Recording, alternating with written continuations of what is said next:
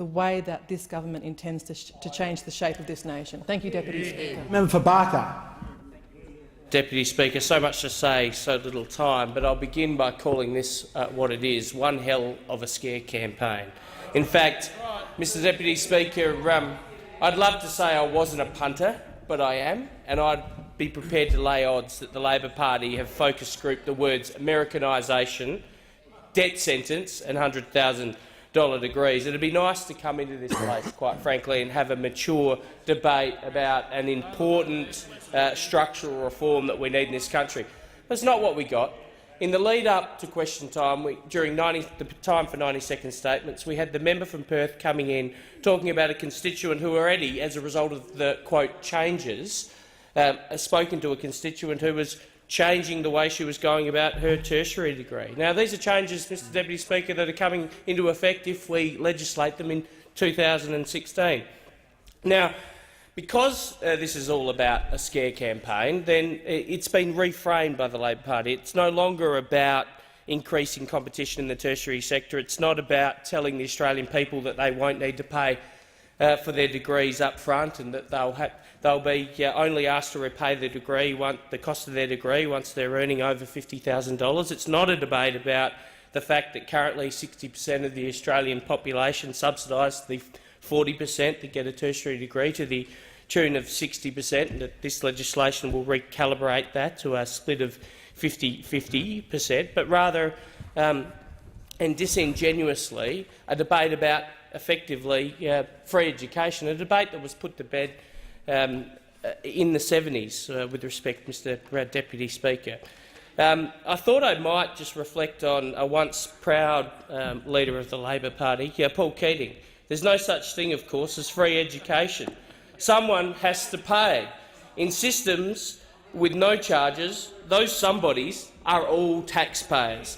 But don't take it from a former leader of the Labor Party. Let's take it from a member of the current Labor Party who sits just down there, and I expect he's outside being subjected to another re-education program. But Dr Andrew Lee, Australian universities should be free to set student fees according to the market for their degrees. A deregulated or market-based HECS will make the student contribution system fairer, because the fees students pay will more closely approximate the value they receive through future earnings. Now, that's sensible, and it's probably the reason why he's being re-educated as we speak. Mr Deputy Speaker, in the time I've got remaining, I want to highlight the benefits to regional students, if I could. Now, we heard from the Minister for Education. No, you know what? I'm going to give you an example. I'll give you an example of sub-bachelor degrees. If those opposite knew where Mount Gambier was, I could tell them that recently a collaboration between the University of South Australia and the world-renowned Australian jazz musician James Morrison was established to effectively establish, if you like, the James Morrison Academy of Music. Now, that's a collaboration between James Morrison and the University of South Australia. When it begins, it will provide sub-bachelor degrees to 70 students. Now, they are degrees, they're diplomas and associate degrees. These programs, or these opportunities, these tertiary opportunities, would not be funded under the existing HELP legislation.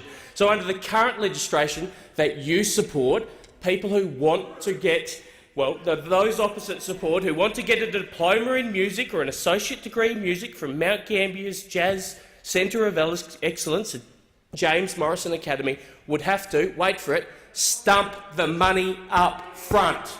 You know what they get if those in the other place accept our very sensible reforms? What they get is an opportunity to undertake that study and become world-renowned jazz musicians, and they get it via a mechanism wherein they get it.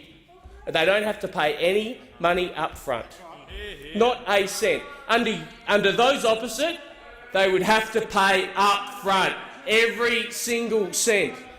Under our proposals, they are eligible for the Higher Education Loan Program.